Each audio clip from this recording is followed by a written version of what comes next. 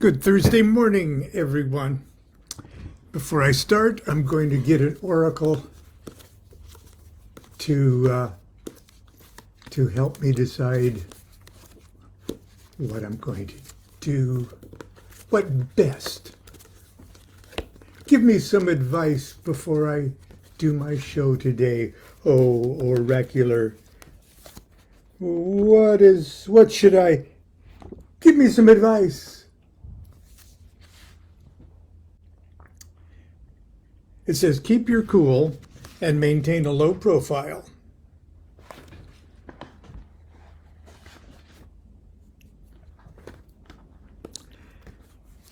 More words of wisdom from the oracular god of ordinary oracles. Anyway, good morning, everyone. I wanted to be right on time today because I've been so bad over the last couple days. So I'm going to bring up the familiar subject of has the ghosts of any of your dead relatives tried to kill you? Now, I know we talk about that. No, I mean it. When you think about it, I mean, like shortly before my mother died, she would have not a disturbing dream, but a recurring dream that disturbed others when she told us about it, but it didn't seem to disturb her. She'd have a dream where she was back in western Nebraska, where she was raised with her, I think, 4 other siblings. And her sister and a bunch of other of her teenage friends, and in those days teenage was in the 1920s, pulled up in a old car of some kind and opened the door of the car and said, "Come on, get in." And I remember Mom going, "I'm not going to get in that car." And when she said it, it gave you chills to hear her say, "I'm not going to get in that car." The same words that Mike Pence told the Secret Service agent when the rioters were screaming, "Hang Mike Pence!" and the Secret Service agent wanted to take him off the Capitol grounds. And Mike Pence said, "I'm not going to get in that car." Well, anyway, the idea, at least embedded in all of our minds, from almost the very moment that we contemplate the mystery of death, is this idea of the other side. Okay, and it's pretty damn dualistic and simplistic to think of existence as being linked to personality and either on or offness of consciousness. But we see things in those terms. When someone dies, they are no longer, their existence no longer coincides with our conscious existence, but we still hold them in memory, still attached to them intellectually, still attached to them emotionally. They're just not there. And in order for us to be on the same level, we seem to have to either go there or they have to come here, and never occurring to us that here and there are the exact same thing. There ain't no here and there ain't no there. But anyway, in My Life with the Spirits, it's one of the last chapters of My Life with the Spirits, which I wrote relatively, I was a younger man when I wrote My Life with the Spirits. Let's see, when was the year of this? 1999. But chapter 26 is called The Attack of Aunt Gladys's Ghost. And for some reason, and it might be Aunt Gladys, read that chapter for them to, whatever it is. Here it is, and I hope you enjoy it. If you don't have a My Life with the Spirits and you don't like reading books, it now is an audio book of My Life with the Spirits.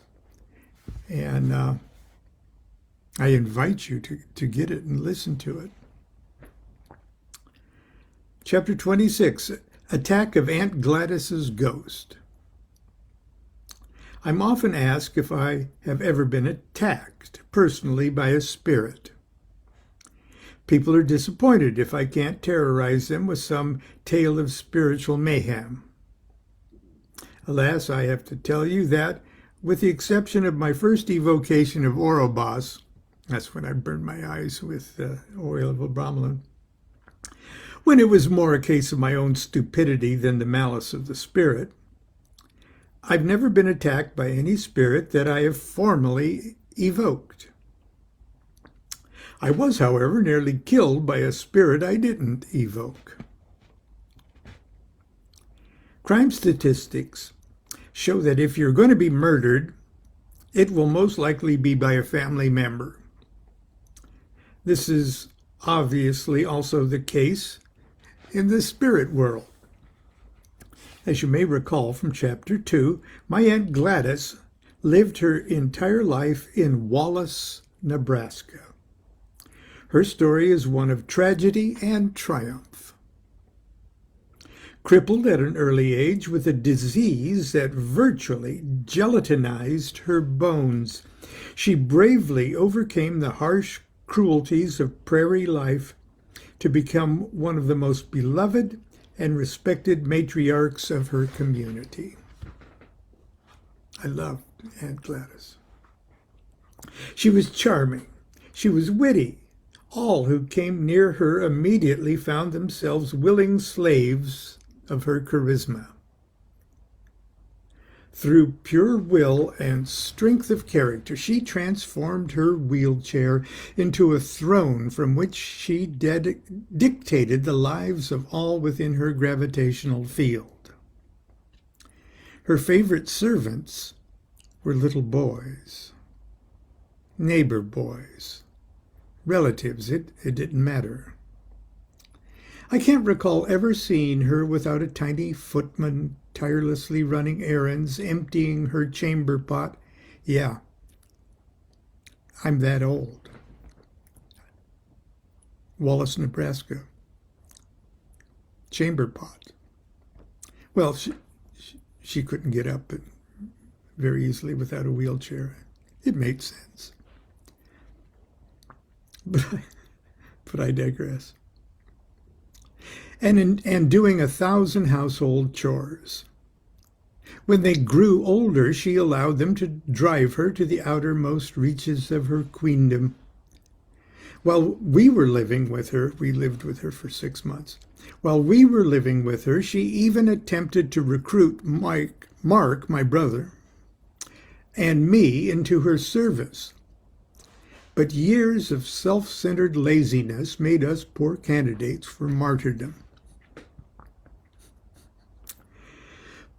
Please do not misunderstand me. Aunt Gladys was a good woman. She didn't have a malicious, gelatinized bone in her body. She did what she had to do, and she did it with great style. Nevertheless, it remains a sad fact that many of the dear souls she dominated docilely allowed their lives and personalities to be drained of any semblance of independence or will. Her little boys eventually grew older, but few, it can be said, grew to manhood. Without her dynamic direction, many of them drifted into lives of tragic loneliness. One summer, about a year before she died, Gladys traveled to California for a visit. Constance suggested that we take her to the Huntington Library and Botanical Gardens in San Marino. I heartily agreed. Since Jean-Paul was old enough to walk, we visited the gardens regularly and pretended we lived there. It's one of the most beautiful places on earth. 144 acres of magnificent grounds, pine forest, Japanese garden, Shakespeare garden, fish and turtle ponds, Greek gardens, massive rose arbors, herb gardens, and the world's most extensive desert garden. It's paradise. And all of it accessible by wheelchair. As we predicted, Gladys loved the Huntington Gardens. It was a thrill just watching her prairie-parched eyes drink in the exotic colors and forms. Jean-Paul was our guide, and I, of course, pushed the wheelchair. Gladys was visibly affected. Several times during the day, she made us stop so she could reach up and hug my neck and tell me it was the happiest day of her life. By afternoon, the temperatures reached 103 degrees, and I was beginning to tire. We unwisely saved the desert garden for last. It's located in the lowest section of the grounds, and the way out is an uphill ordeal even when one is not pushing a wheelchair. By the time we reached the parking lot, Jean-Paul and I each suffered heat stroke. He threw up and I broke out in a cold sweat, which I couldn't bring under control for several hours. Gladys was still in bliss. It would be the last time I saw her alive. We knew Gladys was pleased with her day at the Huntington, but we had no idea just how pleased she was. She called us as soon as she returned to thank us again. She cried on the phone. We soon heard from other relatives that it was all she could talk about. She made multiple copies of all the photos of that day and sent them with detailed descriptions to everyone she knew. She gave me all the credit for the happiest day of her life and told everyone I almost died in the process.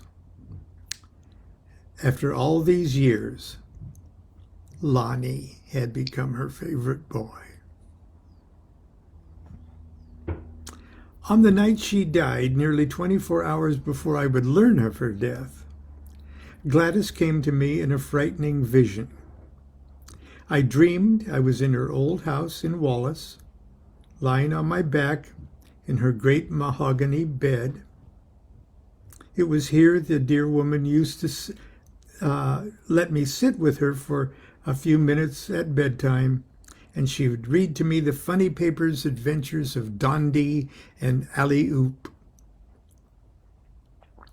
This night she was not in the bed. She was standing in the doorway of her bedroom, standing upright, without a cane, without crutches, without braces. She slowly walked to the head of the bed. I was so surprised. I said, "And Gladys, you can walk." She didn't say a word, but reached toward me and pulled the pillow from under my head and placed it gently over my face. I tried to push it off, but my hands and arms were paralyzed. I tried to scream, but I could not get any air to come out of my throat. I was suffocating.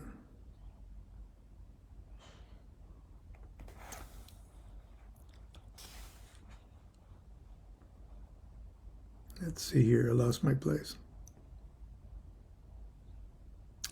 I tried to thrash my body from side to side, but I couldn't tell whether or not I was really moving.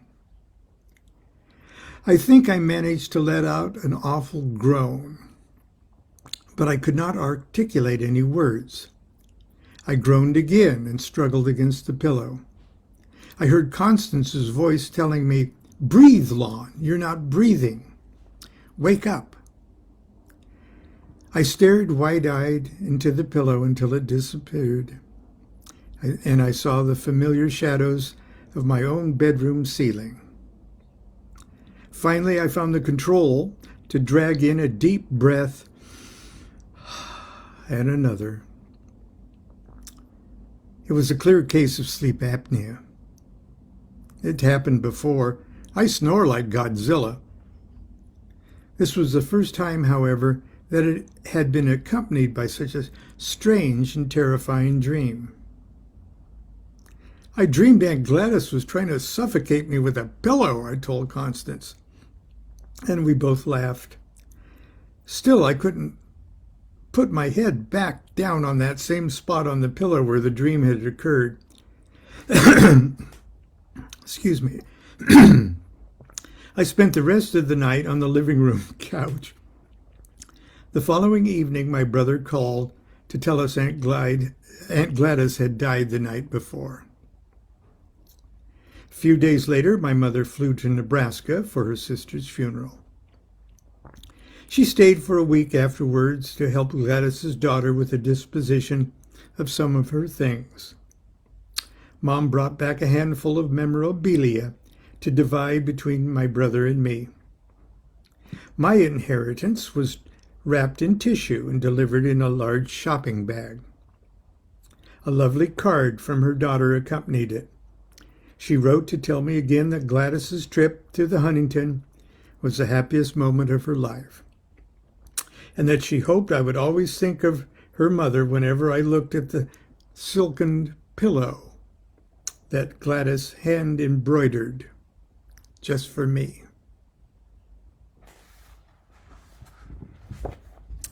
There, so that's the ironic story of the attack of Aunt Gladys's ghost. And that's going to be my Thursday talk for today. I hope you all enjoy the rest of your week, and that I'll see you tomorrow. Until then, continue to be good to yourself, be good to each other. Do what thou wilt shall be the whole of the law. Love is the law, love under will.